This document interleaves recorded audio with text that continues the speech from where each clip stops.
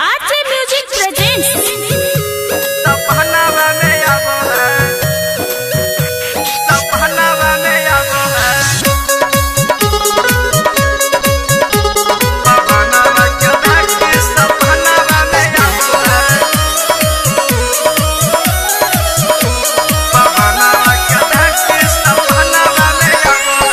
अखिया से नींद चैन दिल से उड़ाब है, अखिया से नींद चैन दिल से उड़ाब है। पवनवा के भेंट सपनवा में आब है, कातिल नयन बेगी भाना बनाब है। पवनवा के भेंट सपनवा में आब है, अखिया से नींद चैन दिल से उड़ाब है। पवनवा के भेंट सपनवा में आब है।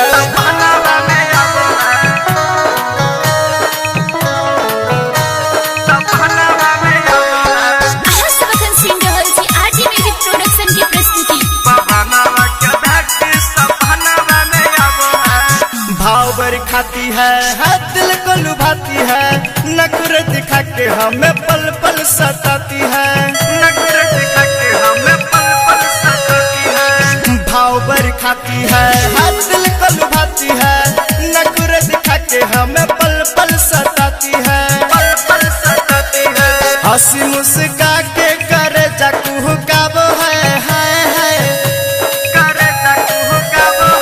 हंसी मुस्का के करे जाकू काब है। पवनवा के बेटी सपनवा में आब है, अखिया से नींद चैन दिल से उड़ाब है। पवनवा के बेटी सपनवा में आब है, सपनवा में आब है। पवनवा के बेटी सपनवा में आब है। Presented by RJ music production, Janakpur Dham, Nepal.